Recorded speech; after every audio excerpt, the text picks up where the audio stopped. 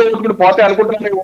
అడుగుతున్నాం అలా ఆ పరిస్థితి ఏర్పడింది కాబట్టి కాంగ్రెస్ కి ఆ పరిస్థితి వచ్చింది కాబట్టి ఎందుకు వచ్చిన గొడవ అని చెప్పి దూరంగా ఉన్నారని నా అభిప్రాయం. శ్రీశైలం గారు మీరేమంటారు? అంటే నేను అభినందనే పూర్తిగా ఏకీభవిస్తున్నాను. మన సార్ చెప్పినటువంటి అంశాన్ని Congress party above 50 poll percentage కిన రీచ్ కాగలిగితే కాంగ్రెస్ పార్టీకి అవకాశాలు స్పష్టంగా ఉన్నాయి. ఎందుకంటేనంటే అక్కడ చిన్న శ్రీశైలం యాదవ్ కానివ్వండి, ఆయనతో పాటు సుమారు ఒక 70 వార్డులలో వాళ్ళకు మంచి ఇన్ఫ్లుయెన్స్ ఉంది.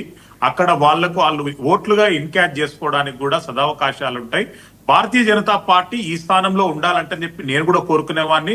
భారతీయ జనతా పార్టీకి ఎందుకంటానంటే నెక్స్ట్ రాబోయేటటువంటి బల్దియా ఎన్నికలకు జూబ్లీ ఎన్నికలు అనేటటువంటిది ఒక స్టెప్ పాయింట్ గా ఉండేటటువంటి అవకాశం ఉంటుండే. బల్దియా పైన వాళ్ళు జెండా ఎగరేయాలని అనుకుంటున్నారు. బల్దియా ఎన్నికలలో చాలా కీలకంగా, అంటే గత ఎన్నికలలో కూడా భారతీయ జనతా పార్టీ కీలకంగా వ్యవహరించింది.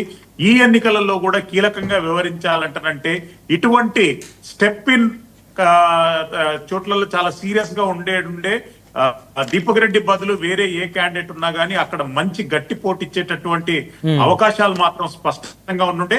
ఏది ఏమైనా కాంగ్రెస్ పార్టీకి ఈ జూబ్లీహిల్స్ ఎన్నికలలో ఎడ్జ్ ఉండేటటువంటి అవకాశాలు స్పష్టంగా కనిపిస్తున్నాయి.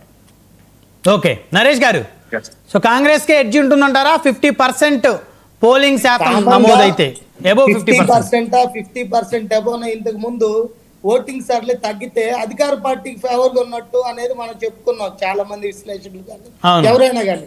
ఇది డిఫరెంట్ ఎలక్షన్. ఇక్కడ ఏంటంటే ఆంధ్ర ప్రాంతము తెలంగాణ ప్రాంతము ఈక్వల్ గా ఓట్లు ఉన్న ప్రాంతాలు ఇవి. కొన్ని చోట్ల బస్తీలు ఉన్నాయి. బస్తీల్లో తెలంగాణకి సంబంధించిన